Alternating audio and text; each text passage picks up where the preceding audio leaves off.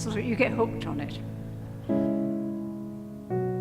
I think I've always wanted to fly, and when I was a child I sort of remember trying to sort of fly off a chair and things.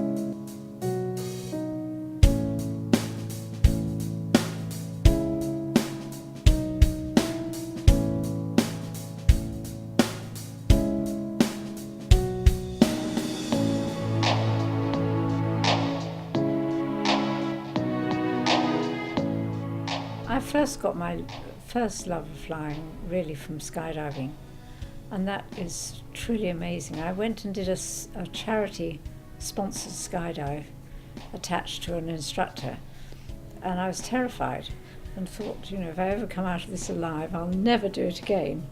And I got totally hooked on that first jump and just had to go and learn to do it. It was just amazing because you fall and you don't feel as if you're falling. You feel as if you're flying, and you can maneuver yourself around the sky, so you really are truly free, and it's very quiet because there's no engine or anything. So skydiving was my first love. But then when I learnt to fly, I think it was more challenging in a way. Well, they both are challenging, but it was a new challenge to learn to fly.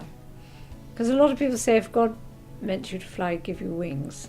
But actually, when I get into my aeroplane, it's like putting on my wings, and as you rev up on the end of the runway and start to move forward, and then it gets faster and faster, and then when you get to a certain speed, you lift off the ground, and it's just, even now, having flown so many hours, I still feel that excitement running down the runway, you know, just, oh wow, you know. The most exciting thing, especially the first time, I can remember the first time I took off, it was so exciting. Suddenly you feel there's nothing beneath you, and there you are flying like a bird, and it's a great feeling of freedom, and you can go where you like, and marvellous views of the clouds. And one of the most fun experiences was actually when I flew actually over the North Pole, 90 degrees north. And I was so excited. I would have danced on the table if I'd had one, but there was no room for a table in my cockpit. And so I did the next best thing, which was to call my husband back in Oxfordshire on my satellite telephone, and I shouted against the engine, "I'm on top of the world!" And he retorts, "For heaven's sake, head south," which of course I did, because I'm here to tell you the story.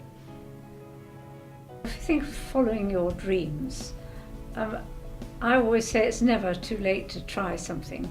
And I mean, my husband and I learnt to fly when we were 50, and we always say that a late convert is a fanatic.